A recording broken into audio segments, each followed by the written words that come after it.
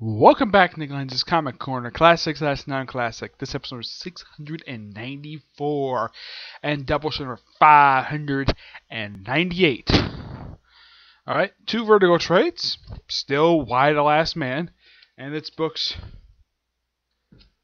3 and 4. Yep, in book 3, this one contains issues numbers, if I get to my page here, 24 to 36. That's what's in this book.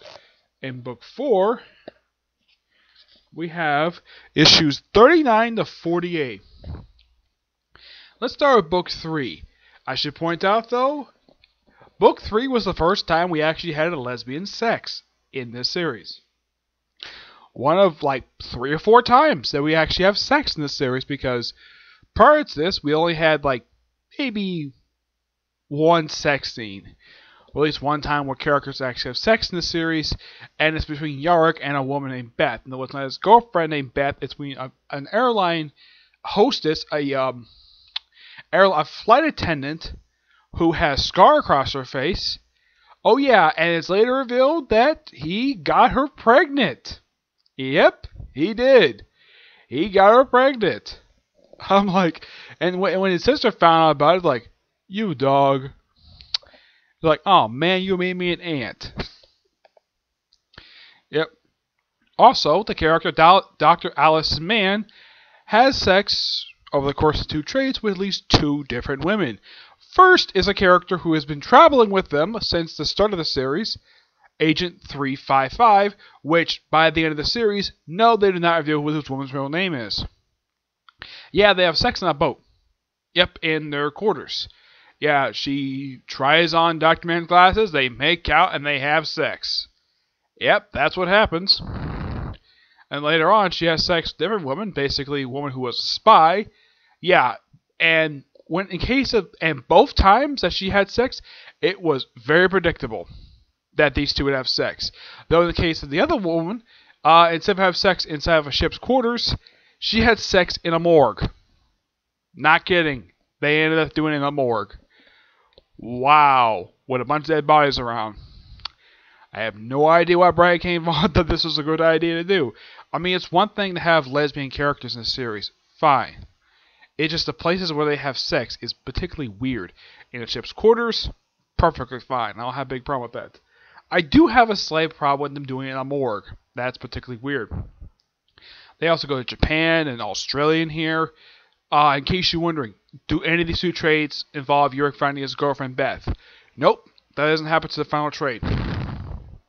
And also, it was later revealed that, of course, 355 didn't know the Agent 711. That's really her agent name, because a couple about the culprit spy ring.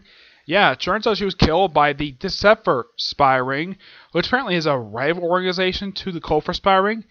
And it's revealed in a flashback she was trained by the previous 355, who was out to assassinate the president because, and this I think is really weird, because he had sex with a woman in the Oval Office. Yeah, she tried to assassinate the president. Yeah, he says... And she says, like, you defected from Cobra's Army. Like, no, I defected. My country defected from me. Yeah. So, 355 ended up killing her mentor. No, these two have never had sex. Yeah. Dr. Allison Mann was later revealed to be a lesbian the whole time. She was never straight. She even showed in a flashback that she had sex with a woman in the car. They briefly tried to start a relationship, and then her girlfriend broke it off for some reason because she thought she was experimenting. Allison Mann thought it was actually really real. Her father, as far as I can tell the way he was written in the series, he didn't have a really big problem with her being a lesbian. No, he had no problem with that at all. From what I can tell, her mother had a slight problem with it, but her father, like, nope, no problem. Because she's an adult, and she can do whatever the heck she wants. He didn't have a really big problem with it. Oh yeah, and I will talk about her father when I get a chance to talk about book 5. Yeah, but 2 really good trades.